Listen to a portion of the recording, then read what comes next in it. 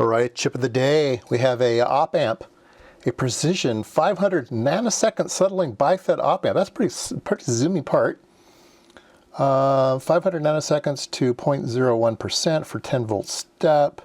Yeah, that's zoomy. 13 megahertz gain bandwidth, internal compensated, blah, blah, blah. Wow. Greater than 200 megahertz gain bandwidth if you decompensate on the outside. So if you really zap the part on the outside, you can, yeah, decomposition is a weird thing. So everybody, you might not be familiar with compensation. So I'll show you compensation, and then we'll take a look at that decomposition maybe. I have some parts here out of Mike's box. AD744. So, yeah. I think the best thing to do is just hook one up. I mean, it's an op-amp, right? It does have some interesting pins, though. It has a compensation pin and a null compensation pin, pin 8. So if you put compensation on it, you go between 5 and 8, but there's null decompensation. I think if you go between 1 and 8, then you can use a capacitor to speed it up, sneak some stuff around the op-amp so you can speed it up. And so, let's see here, simplified schematic. I hope you've all watched my series on how op-amps work. This is a really, really simple one. We have the totem or push-pull thing here, not push-pull, teeter-totter. I call it a teeter-totter. In-out differential pair. And we have a current source down here. So I've covered that all in that video. And then we pull off the output from here, and we have a push-pull on the output. And the compensation comes in where you would expect. We can put a capacitor here on this node to slow it down. Now the compensation would go between here and here. So there's already a 5 picofarad built in there. So if you just short out pins 5 and 8, I guess, you will be compensating it, although I'm not sure you really want to do that. Let's see here. Let's see if we can find some case studies here. Here's a simple unity gain. This is the circuit we're going to start out with, so we'll just have it as a buffer, and we'll see how speedy it is. We can do compensation. Yeah, see, they put a capacitor here between 5 and 8. They don't short it out.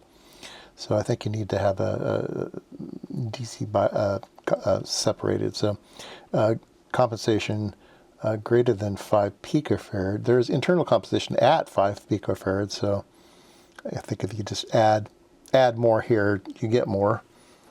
Let's see here. Compensation values. Let's see. Gain of 1. Compensation 5 picofarads, you can get it to slew fast, and then you can slow it down if you want. You can put in a 10 or 25 puff and slow it way down. All right, so I say we hook it up. Okay, I've put it on a PC board here. I just have it as a non-inverting buffer, and just putting a sine wave through it. Let's see here.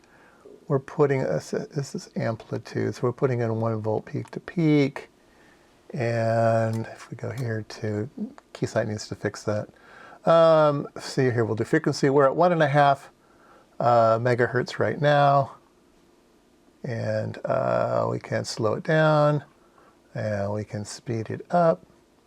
Here's 5 megahertz, 6, 7, ooh, it starts to peak up on me there. So yeah, there you go. So it is pretty zoomy.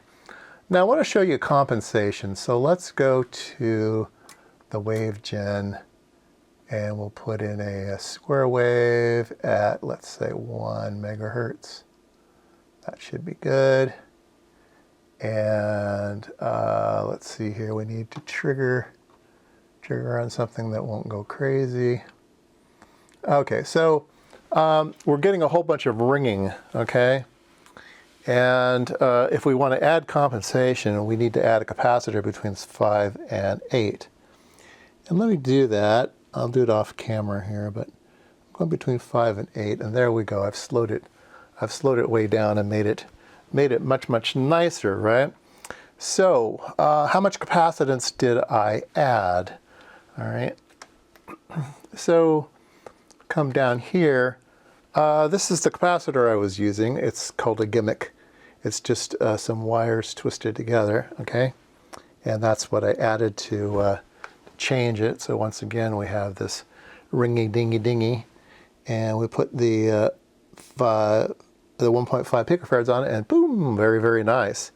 And if I'm grabbing hold of it, making it worse. But yeah, so even 1.5 picofarads as making it much better. Let me show you that it is 1.5 picofarads. Let's see here. Does that show on camera? No, it doesn't. Wow. All right. I need to have a light or something on it. Can you see it now? Barely. All right, so let's go to capacitance, picofarads. It's zeroed out very nicely. Bring over our mimic and a gimmick, gimmick and plug it in. We get 1.6 picofarads. There we go. Pretty nice.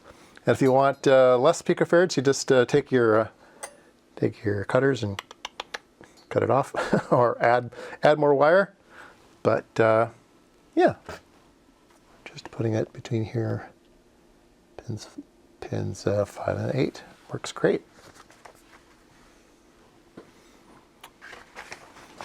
All right, and if we go to this diagram here, it talks about decompensation, where we're going to put a capacitor between pins 1 and 5, okay? So let's see what that does. Where is that schematic here? Here we go. So we're going to be going between pins 1, which is the input, and 5, which is the base of that final drive there. So we're kind of bypassing the internal circuitry with this sneaky AC path by putting in a little bitty picofarad in there. Let's see here. Let's do that. And let's watch it on camera here. This is with compensation. Take that out, and we get the ringy-dingy. Now we're going to go between 5 and 1, which is, I need to bend my wires to make that reach there. Here's 1 and 5. And there we go. So now it's gone really wacky. So now we've sped it way up. You can see that we get a lot more ringing now. So